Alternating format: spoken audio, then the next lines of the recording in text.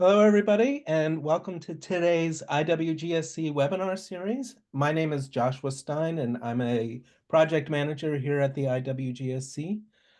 Today, I'm very happy, and we are all fortunate to have Dominique Hirsz speaking today about mechanisms of seasonality in wheat. Before we get started, though, we're just going to wait for a few more participants to join, and then I'm going to run through a little bit of an introduction about the IWGSC and this webinar series. Okay, we have 81 participants, 82, 83. Okay, it's really going up now. So I'm going to get started. Once again, we will soon be joined by Dominique Hirsz of the Leibniz Institute, and she'll be discussing seasonality, vernalization in wheat. Before we go there, though, I just want to give a quick intro on IWGSC. So if you don't know already, the IWGSC is a consortium. We are now in our 20th year. This is our 20th year anniversary. The consortium was started by a bunch of wheat scientists and headed by Kelly Eversole. And at this point, it's grown into really a great community of scientists distributed across many countries, institutes and companies, and sponsors. And if you haven't joined as a general member, I suggest that you do. You will not get spammed by tons of email, I promise that, but you will get a monthly newsletter that announces events going on, such as webinars. And other benefits to membership include links to data that are produced and distributed by the consortium. So go check that out. And before continuing, I want to thank the IWGSC sponsors who make this webinar possible. So they include Arbor Biosciences, INRAE, CIMMYT, RAGT, Kansas Wheat, and Florimond des Prés. So thank you, sponsors. So, as many of you may know, IWGSC was responsible for the production and release of the first reference genome sequence for hexaploid wheat, namely Chinese Spring, which came out in 2017, 2018, and has been updated now to version 2.1. Going beyond reference genomes, our vision going forward for the IWGSC is to enhance breeding through an increased understanding of the molecular basis of traits and their allelic diversity. And in order to accelerate this vision, we've managed to start a new project called the Wheat Diversity Project. We've been doing this for about a year. It's funded both by the National Science Foundation in the US and by the European Union. And the goal is to represent the breadth of hexaploid wheat diversity by sequencing land races that span the geographical range of wheat. And so in addition to 12 land races, we are also resequencing Chinese Spring. So in the next year or so, please look out for a new release of Chinese Spring. Along with that, we are planning to do gene annotation, incorporating new transcriptome data, and update the RefSeq annotation. A third goal is to organize all of this information into a convenient data format, and we are pursuing the practical haplotype graph as a way to catalog all the genetic diversity within bread wheat. So I'm very happy to be involved in this project, and you should be hearing more about it as time goes on. Okay, our next webinar will be on March 13th, so join us for that. We will be having Tanushree Halder to talk about proteomic biomarkers for root traits. And there's a link here to register, and perhaps this link could be shared on the chat. I don't know. And so we look forward to seeing you then. And then just a few notes here about how this webinar works. So we have this interface here. The webinar is currently being recorded, and it will be posted at the IWGSC YouTube channel. So, but for today, things to know about is if you have questions, you can submit them by pressing the Q&A button, and those questions will be submitted, and then at the end of the talk, we will go through those questions with Dominique. And then this chat panel is used to see and receive messages from the organizers, such as links and things like that, handouts, etc. And I mentioned before, if you're interested in receiving the mailing list, you can register here with this link, and perhaps that can also be communicated using the chat. Okay, so now to the main focus of today. So we're joined by Dominique Hirsz, who's at the Leibniz Institute of Plant Genetics and Crop Plant Research, IPK at Germany. And the title of her talk is Venturing into the Unknown, Dissecting the Role of Vernalization2 in Climate Adaptation. So please welcome Dominique, and thank you all for your participation. Thank you. So I'll just share my screen.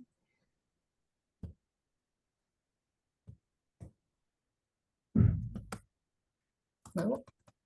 So yeah, thank you so much, Josh, for that introduction. And thank you so much to the IWGSC for inviting me to speak today.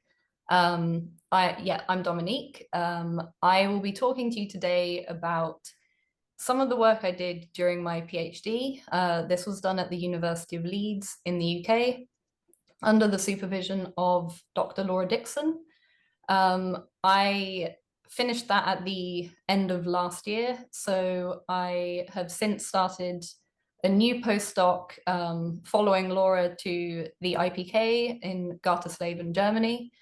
So this postdoc will be kind of more generally focused on understanding seasonality and floral regulation in cereals. But my PhD was focused a bit more on temperature and photoperiod response, specifically in hexaploid bread wheat, and looking at the vernalization pathway, specifically looking into vernalization2 or VRN2. So obviously with this audience, I don't need to talk about the importance of wheat and why we study wheat, but I will just highlight that wheat is the most widely cultivated cereal in the world. And this is largely due to a couple of large adaptations that enable wheat to be grown in such diverse climates. So the first of which is growth habit. There are two major types of growth habit. So you have spring wheat and winter wheat, and I'll be explaining about these in a lot more depth going forward. But the other major adaptation is to do with photoperiod response. So the photoperiod pathway in wheat, the major gene that a lot of work is done on is photoperiod 1 or PPD1, and specific alleles of these can result in photoperiod insensitivity. So where traditionally wheat is a temperate cereal, so a long day cereal that responds to the lengthening days, that change in photoperiods, to regulate floral transition.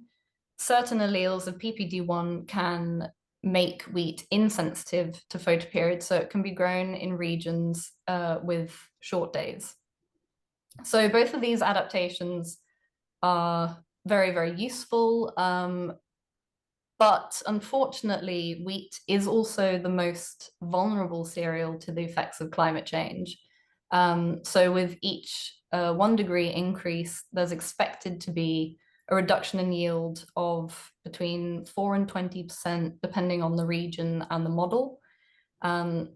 So looking at this model in particular, this is work done by Aseng et al. In 2015. It's a Nature paper, which will be linked in the chat if you want to read more about it. This was based on studying the trend in yields in a 30-year period, so from 1981 to 2010, and using that data to be able to predict the grain yield expected after an increase in temperature of either 2 degrees or 4 degrees. And as you can see, a lot of the areas that are already most vulnerable to losses in yield are going to be the most vulnerable to the change in temperature.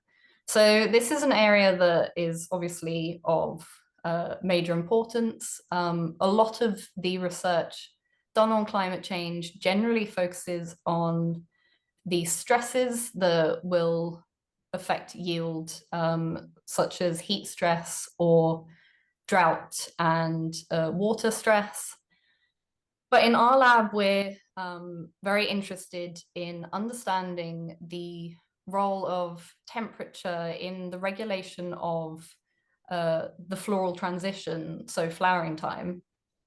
And this is very important as you can imagine, for centuries, wheat has adapted to being able to monitor both photoperiod and temperature signals to, for lack of a better term, know when to make the floral transition.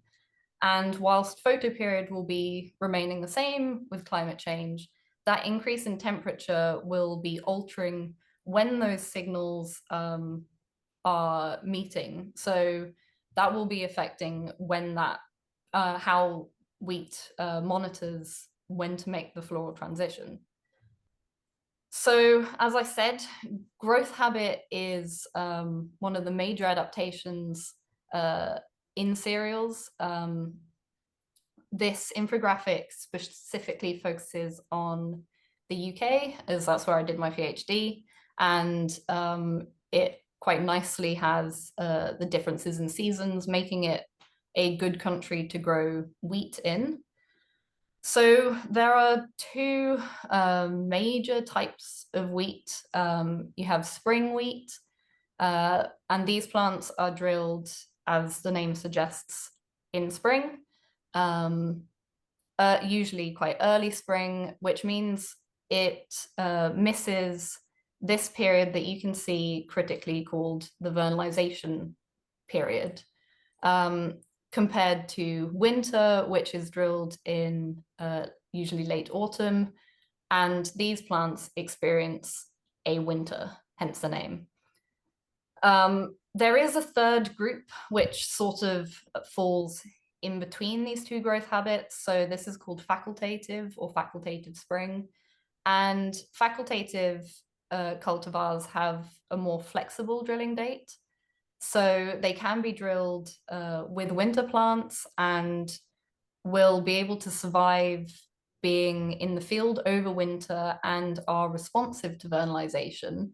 So they will generally flower earlier in response to experiencing vernalization, but it's not required for them to be able to flower. So a true winter needs to experience vernalization to be able to make the floral transition, but a facultative can be drilled a bit later in spring, and it is not required for the floral transition to occur. So what exactly is vernalization?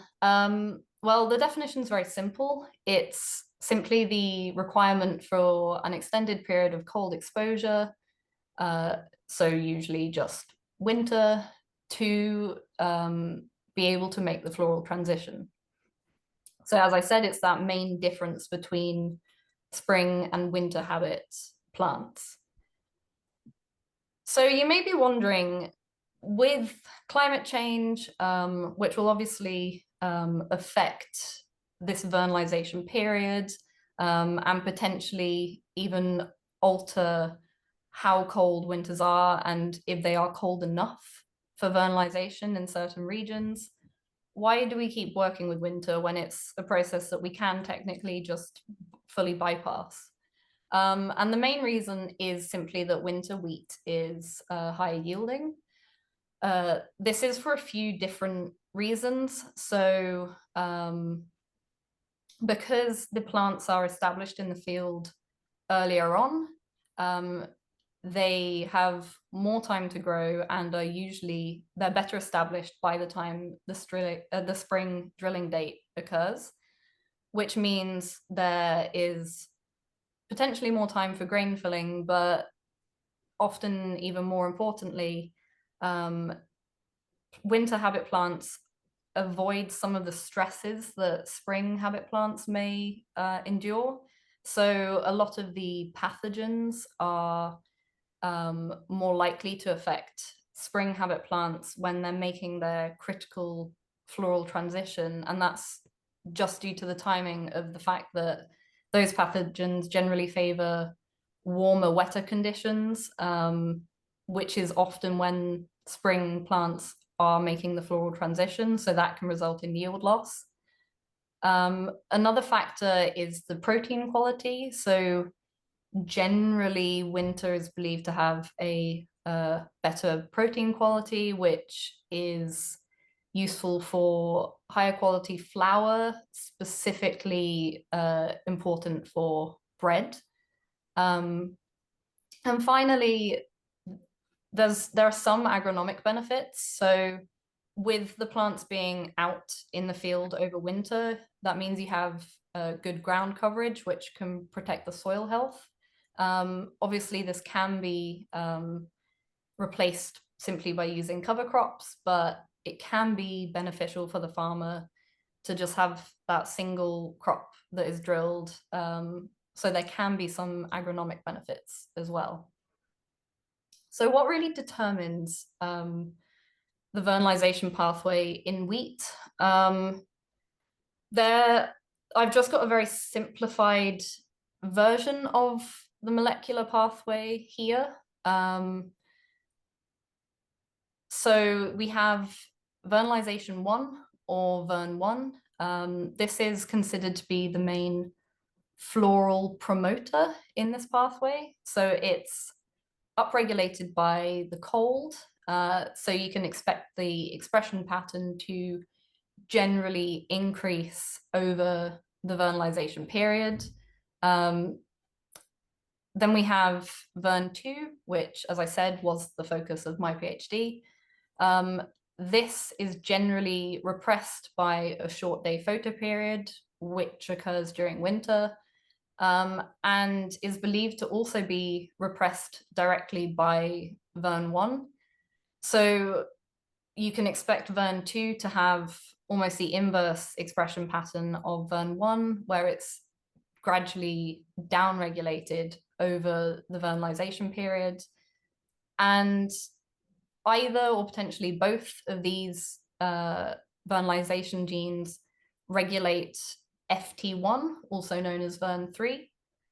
So FT1 is the main floral integrator. It responds to multiple different pathways. So not only vernalization, but more general temperature response and also photoperiods. So I mentioned PPD1 earlier. That also regulates FT1, and it will integrate these different environmental signals from different molecular pathways to ultimately promote flowering and make that floral transition. As I said, this is a very simplified version of this pathway as it was kind of currently understood. So if we first look at VRN1, this gene has by far had the most research. And this is largely because it is believed to underpin growth habit in cereals. So for my whole PhD, I worked on hexaploid bread wheat. So all of this talk will be specifically on hexaploid. So looking at 3 genomes, the A, B, and the D. So again, this is quite a simplified version of how we believe VRN1 regulates growth habit. There are many exceptions to this rule, but broadly, you have a dominant spring allele and a recessive winter allele of VRN1. And it's believed that VRNA1 is kind of the main VRN1 gene. So a dominant VRNA1 spring allele will result in a spring habit, regardless of having a winter recessive allele at the B and the D genome copies. Then for a winter, it will be a recessive allele conferring the winter habit at all 3 different genomes. All 3 homologous copies will be recessive. And then you have facultative, which is believed to be dominant in VRN1 at either the B or the D genome copy, which confers this kind of essentially partial spring habit, but not full. So what is it about this allele that results in a dominant spring habit? Well, there are 2 key deletions that can result in this dominant spring allele. So you have a deletion in the intron 1, the first intron of the gene, or in the promoter region of VRN1. And both of these deletions result in the deletion of key binding sites, and these regulate the expression of VRN1. So without these binding sites, you essentially have an overexpressing phenotype for VRN1, which results in this dominant spring habit. So whilst we generally believe that VRN1 underpins growth habit, there's a lot less understood about VRN2. There's a belief that it could potentially fine-tune vernalization and that growth habit response. So this could be exploited to provide more of an adaptive benefit, specifically thinking about climate change, where we don't necessarily want to get rid of winter habit entirely, but we want some flexibility with how harsh that winter is, what kind of temperatures, and the length of that vernalization period. So VRN2 could potentially provide some of that flexibility, particularly important with climate change. So we wanted to understand the effect of some of these specific alleles of VRN2 and also combinations of alleles. As I said, there's still quite a lot that is not fully understood about this. So this is an area that understanding kind of growth habit and seasonality will be something I'm taking forward further in my postdoc. So as is quite common in wheat, it was not quite as straightforward and simple as we maybe hoped. So VRN2, whilst commonly referred to as a gene, is actually a locus formed of 2 tandemly duplicated genes. So these are called ZCCT1 and ZCCT2. These genes are named after the domains. So you have a C2H2 zinc finger domain and the CCT domain. CCT standing for constans, constans-like, and TOC. It's generally associated with photoperiod response and is found in the large family of constans and constans-like genes found in wheat, but also the major photoperiod gene I mentioned earlier, PPD, has a CCT domain. So this is where quite a lot of the research is focused on. And as I said, working on hexaploid wheat, we have the 3 different homologous copies. So when I'm talking about VRN2, I'm talking about 6 genes. To complicate things even more, ZCCTB2, that specific copy, is actually not present in the Chinese spring reference sequence, which means it will have been excluded from most transcriptomic analysis and alignment. So both in the literature and moving forward with some of my work, you will see that gene not necessarily included, and that is just when aligning to Chinese spring, it's not annotated, it's not present. So as I mentioned, there are these two main domains found in the ZCCT. So you have the C2H2 zinc finger and the CCT domain. And looking first at the CCT domain, you can see that the level of conservation is very good. Although for some copies, you can see mutations in some of these arginine residues, and work by Jorge Dukovsky's lab has actually found that these are critical arginine mutations that alter the binding of a protein known as the NFY proteins that interact with VRN2 and in some ways regulate it. But looking back at the C2H2 zinc finger, you can see the level of conservation is a lot lower. There are some key differences between the 3 homologous copies of ZCCT1 compared to ZCCT2. And even looking into this, it's actually generally called a putative zinc finger just because there hasn't been any research to really confirm whether it's even functional. So this is something that going forward I'm also looking into.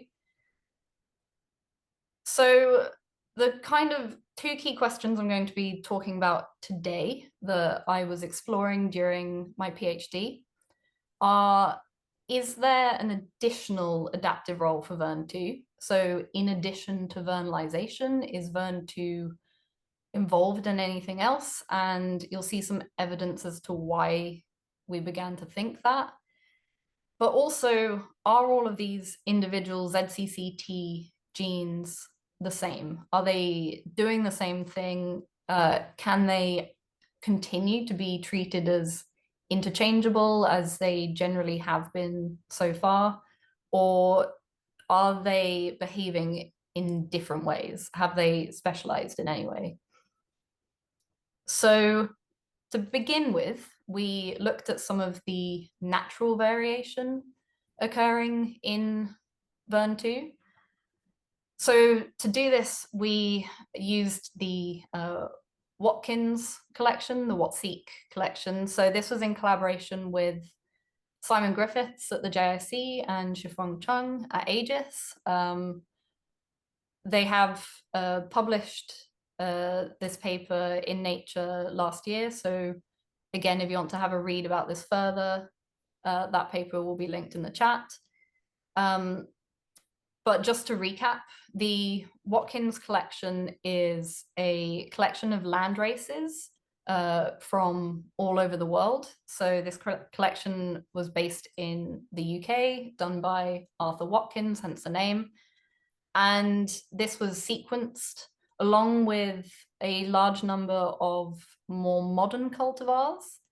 And it's particularly useful as these landraces were collected before some genetic bottleneck events occurred, particularly during the 1960s, where some of the natural diversity was lost.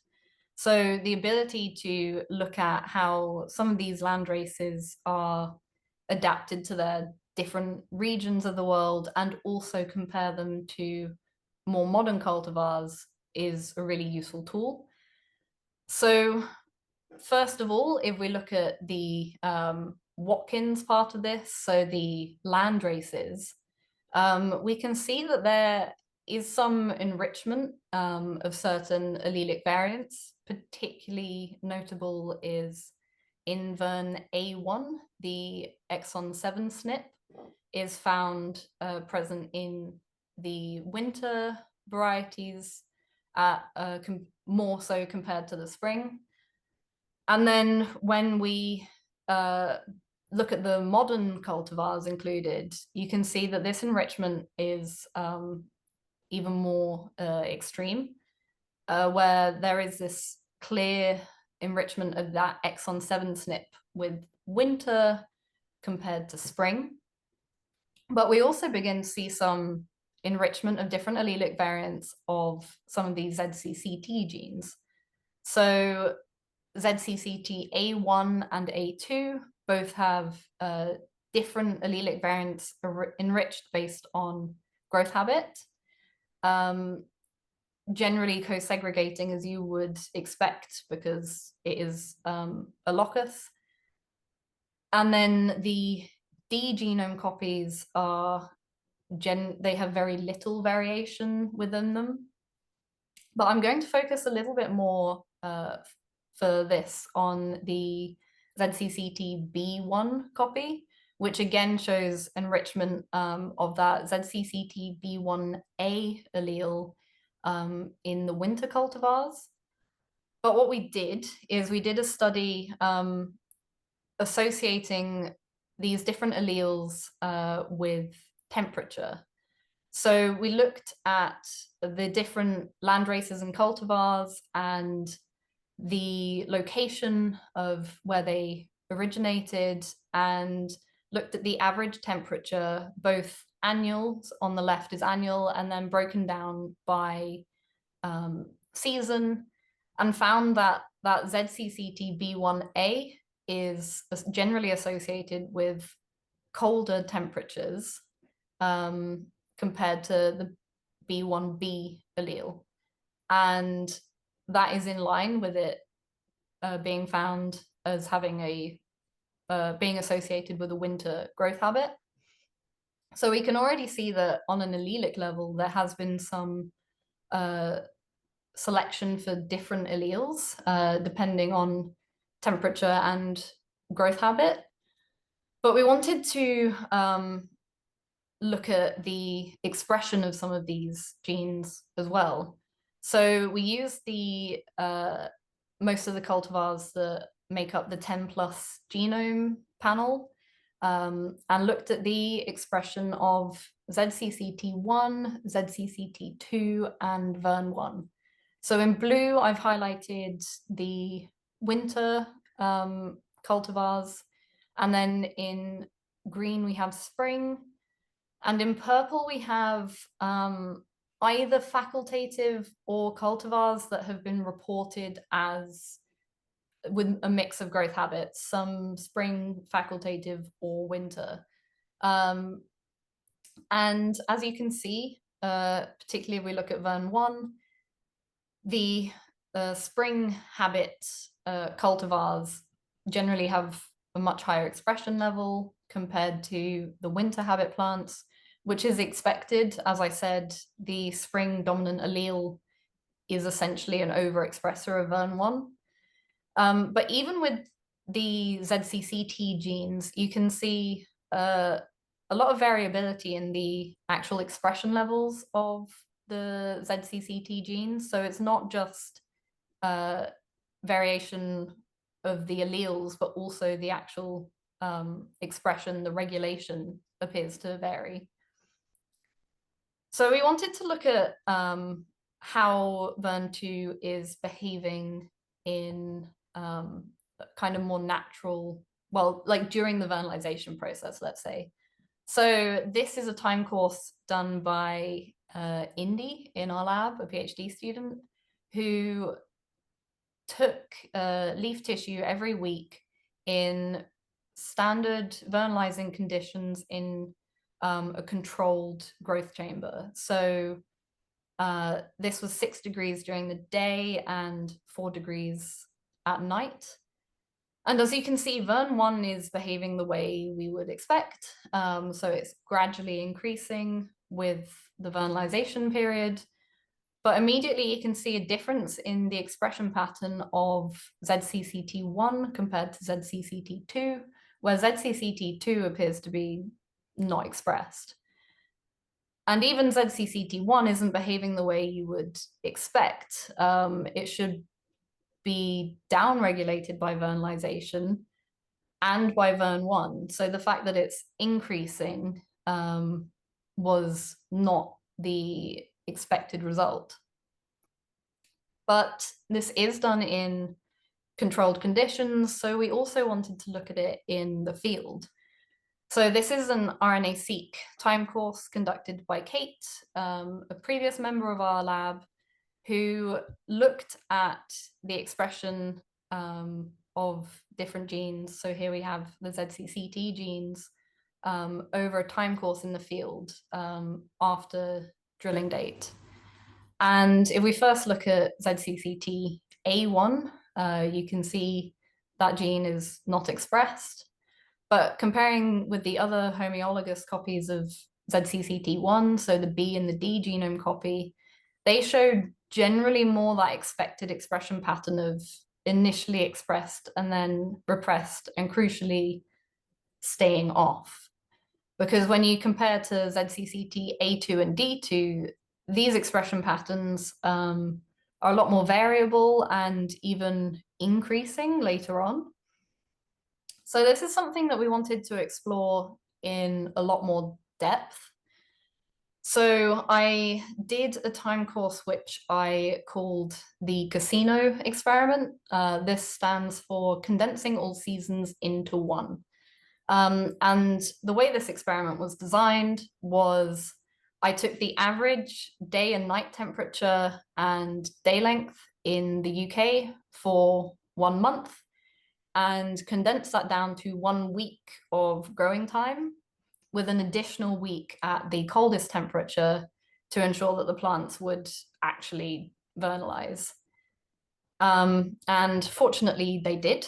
So I included 2 winter cultivars in this experiment, Hereward and Buster, Hereward having a higher vernalization requirement than Buster, and cadenza as a facultative spring. And all 3 of these cultivars did flower. And here you can see the VRN1 expression pattern over this time course, which shows the expected pattern of generally increasing over the time course, starting higher in cadenza as would be expected. But when we look at the expression of these ZCCT genes, so VRN2, we didn't really see the pattern we would expect. So ZCCT2 does follow that floral repressor down-regulated by vernalization. It starts on and is gradually repressed over the time course. But ZCCT1, at week 10, when the photoperiod begins to increase again, we actually see ZCCT1 come back on, which isn't what you'd expect for a floral repressor. But when we repeated this experiment and dissected out the apices, we did see that at this point, at week 10, the floral transition was beginning to occur. So cadenza is slightly more advanced, but even Hereward and Buster are at that early double ridge stage. So they are making the floral transition in spite of the expression of ZCCT1, which should be repressing flowering. So we may have a little bit of an answer as to why VRN2 has been so difficult to work on and interpret. And that is because the expression patterns vary over a time course depending on the time of day that the samples are taken. For all of our time courses, we kept the time of day consistent. But as you can see here in yellow, I have samples taken after dawn, and in gray taken after dusk.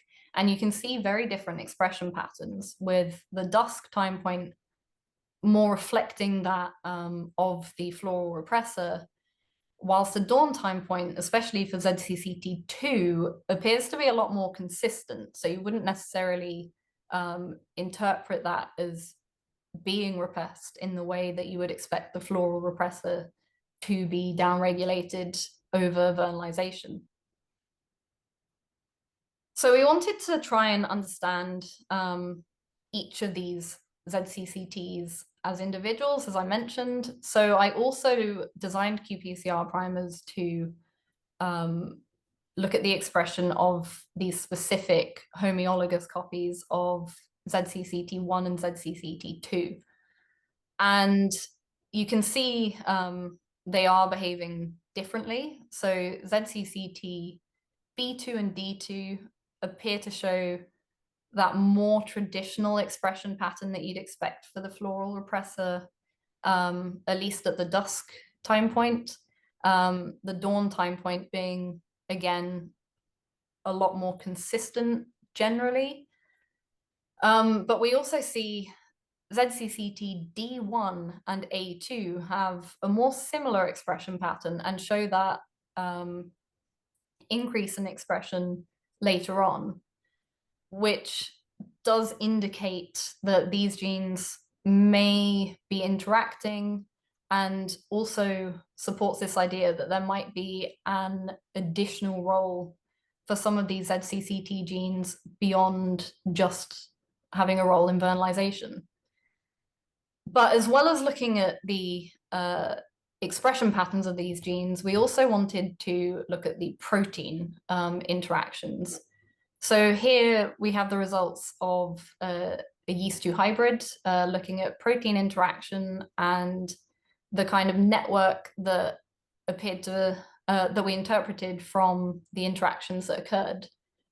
Crucially, drawing your attention to ZCCTA2, which did not interact with any of the other ZCCT proteins, compared to ZCCTD2, which interacted with all of the ZCCT1 homologs. So we can see differences in interaction even at that homologous level. But we didn't just want to look at the ZCCTs. We also wanted to try and understand if there's an interaction with the main floral promoter in this pathway, VRN1, on a protein level, as that actually hadn't been explored. So as you can see, VRN1 also interacts with these ZCCT proteins to different extents, different strength of interaction, with the strongest being these D genome copies. So both ZCCT D1 and D2 interacted with VRN1, whilst the other ZCCT proteins either didn't interact at all or at a very low interaction strength. So we wanted to try and understand these specific ZCCT D genome copies in a bit more depth. So we looked at tilling lines. Both of these tilling lines expected to render the gene non-functional, especially the tilling line 810, as this introduced a premature stop codon before that CCT domain, which is believed to kind of give VRN2 a lot of its function, especially, as I mentioned, with the NFY interactions. So not having that domain was very critical. And I backcrossed these tilling lines onto cadenza and then used the resultant F2s of the backcross, backcross 2 F2s going forward. So looking at the phenotype of these plants, you can see that they had the presence of a coleoptile tiller. So whilst generally tillers emerge from the leaves, as I've labeled here on this plant, the coleoptile tiller emerges from the base of the plant, usually very early on. And these tilling lines appeared to have that phenotype. But not only did they have the presence of the coleoptile tillers, they also had an increased rate of tillering more generally. So even with the secondary tiller emergence, this was happening more rapidly in these backcross 2F2 tilling lines compared to cadenza. So I've included an example there where you can see that the tillering is just more advanced at the early stage. And this can be a very beneficial phenotype. As I said earlier, with establishing the plants in the field and getting good ground coverage, which can also benefit with the early tillering of outcompeting some of the other plants, unwanted plants in the field. And fortunately, it didn't otherwise affect the plant too much. So the final tiller number was unaffected. The final spikelet number was unaffected. There was a minor delay in flowering time of, on average, about 2 days. But otherwise, it was really this early developmental phenotype that we observed, with the overall phenotype not altered too much. And because it was an early developmental phenotype, we decided to also have a look at the expression of these tilling lines, the backcross 2F2s, in our Cancino conditions. And again, as you can see, there appears to be this link with ZCCT1, where the expression of this specific ZCCT gene is higher in those tilling lines compared to the cadenza control. So we wanted to try and look into that specific connection a little bit more. And to do that, we used ZCCT1 overexpressor plants. As you can see, these plants are successfully overexpressing ZCCT1, and this does seem to connect back to ZCCT1, where there's also an increase in expression.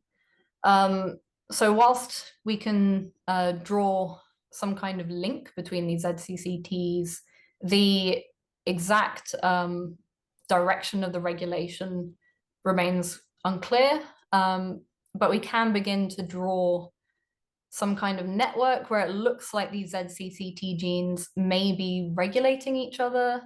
They may, as I also showed, there appears to be some differences in interaction on the protein level as well. Obviously, this will require further research to really understand in a lot more depth. But with that, I'd like to conclude. So hopefully I have convinced you that these ZCCT genes do appear to be behaving differently. They're showing differences in expression patterns, both ZCCT1 and ZCCT2, the tandemly duplicated genes, but also the individual homologs. And also it looks like there may be additional roles for these ZCCTs. So in addition to vernalization, we're seeing this early tillering phenotype, and I've not talked about it today, but from my PhD, we did also find a connection to cold stress, especially for ZCCT1. So that's something that I'm following up during my postdoc. So with that, I'd just like to thank my lab, especially my supervisor, Laura Dixon, and all members of the Dixon group, past and present, with a special mention for Indy and Harry, because they helped a lot with the sampling for the casino experiment, which did sometimes have to occur at rather unsocial hours. So big thank you for that. And of course, thank you to the IWGSC for hosting me today, and you all for listening. Thanks. All right, thank you so much. Great talk. There's time for questions. Okay. Okay, so our first question is, can the plant undergo vernalization at any age, or is there a specific age at which it can undergo vernalization? If there is a specific age, then what is the mechanism behind it? That is a very good question. We have always focused on the earlier stage of development, mainly because it won't have to occur before to enable that floral transition, so it has to be at that earlier stage. Usually when the plants are somewhat established, but yeah, we haven't looked too much into starting vernalization at different ages as such. Okay. I don't see any other questions, so I'll ask a question of my own. I noticed in the intro to your talk, uh, the A homologs, A1 and A2, are on chromosome 5, whereas Mhm. B1, B2, and D1, D2 are on chromosome 4. And I was wondering if that was unexpected, or how would you explain that phenomenon? Yeah, so it's believed that VRN2 is included in a translocation that occurred from 4A to 5A. So I think Ma et al. 2015 report have a Okay, paper so on that's that. a commonly known translocation that, Yes, it okay. appears to be, yeah. And it also appears to be, yeah, which is obviously interesting with VRN1 being on 5A, 5B, and 5D. So, and they're quite close to each other on the chromosome, like the A Oh, copy of VRN2 and VRN1. okay. They're also near a few other important floral regulatory genes. So you have one of the phytochromes nearby as well. So there's a lot in that region of chromosome 5A that regulate flowering. Very interesting. Okay, here's a question. CCT genes or ZCCT genes, whether interact, oh, do you know if they interact with auxin or any other hormone signaling pathways to regulate tillering? I haven't looked at hormones at all. Generally, the focus on the CCTs, as I mentioned, is that light, the day length response. I would imagine probably because auxins evolved everywhere. But yeah, it's not something that we've specifically looked into. Okay. Here's another question. Have you found or seen any relationship between vernalization gene, I guess VRN, and frost tolerance, FR genes, as they are located very close to each other on chromosome 1H? I guess that's Yeah. barley. Yeah. So yeah, as I mentioned, we have found a connection mainly with the B genome copies of VERN2. So that's something that I'm following up on during my postdoc.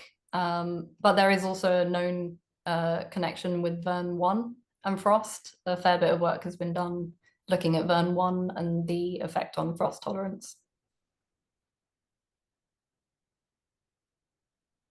Okay. Is there any specific post-translational modifications that have been reported for vernalization responses in your study? So most, not for VERN2 that I'm aware of. So most of the there is some work on VERN1 looking at post translational and transcriptional modifications, largely with the vernalization pathway in Arabidopsis being worked on so much connected to epigenetic regulation. There's a lot of work trying to see if there's also similar mechanisms regulating vernalization in wheat. The pathways are very, very different. So a lot of trying to kind of find orthologs hasn't been very successful, particularly with FLC being a major player in Arabidopsis, but doesn't have a direct ortholog in wheat. But yeah, there is some work looking at the response. Again, it's not something I've looked into myself. Okay. Here's a question, whether you've been able to perform any knockouts of VRN2 in winter wheat, I guess, specifically. So I've mainly been working with the tilling lines. I have crossed some of those into winter wheats. So I'm looking at that as well and trying to cross the different tilling lines to generate a more general knockout. We do also have different overexpressing VERN2, the specific ZCCT genes. So we have a few different transgenic lines. But again, all of that came quite near the end of my PhD. So it's something I'm following up on a lot more with my postdoc. And yeah, I should also mention that a lot of this work I'm currently writing up for publication. So it's very near that stage. Yeah.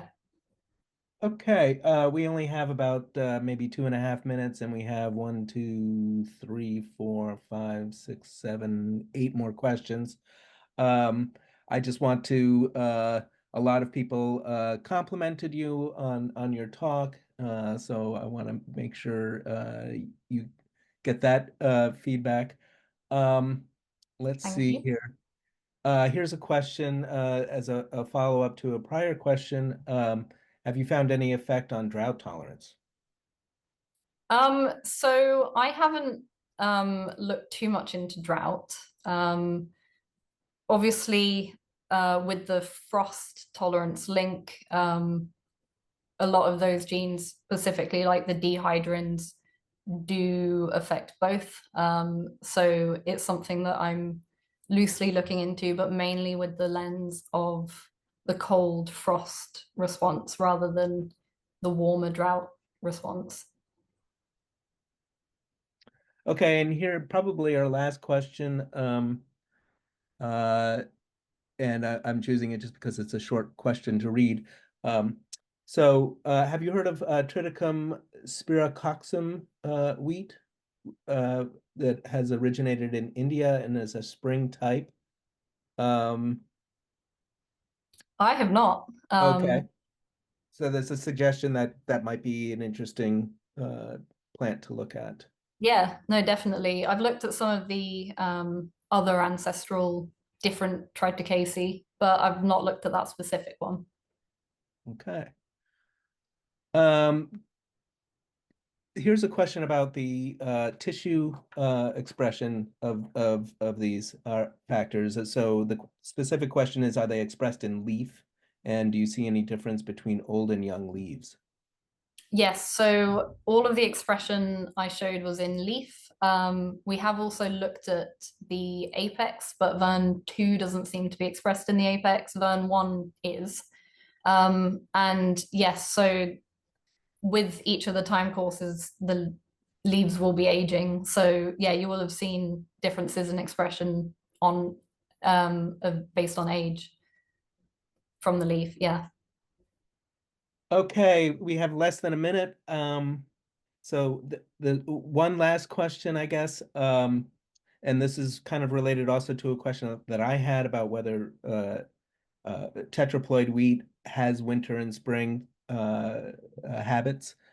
So I'll read this question, which is related to my question. So nice talk. Durum wheat has no D genome. Any idea how the putative role of ZCCT genes on the D genome could be affected? Yeah, so most of the research done so far, a lot of this in Jorge Dukovsky's lab, has been on tetraploid. And I believe they found that the ZCCTB2 copy appears to be most important in regulating or underpinning VERN2. Obviously, with a lot of our results showing more of a focus on the D genome copy, it again shows that VERN2 may be slightly more complicated than we thought going forward originally. But yeah, the B2 copy in tetraploid has been important, which is also why it's more complicated in hexaploid with that specific copy lacking in our Chinese spring reference. Yeah. So I'm afraid we've run out of time. There's maybe a couple of more questions, and if you're able to answer those offline, Absolutely. it'd be greatly appreciated. I want to thank everybody for their attendance, and I want to especially thank Dominique for a great talk and another great webinar. And join us again in March for our next webinar, and we will see you all then. So thank you all, and thank you, Dominique, and have Thank a you. great day. Thanks.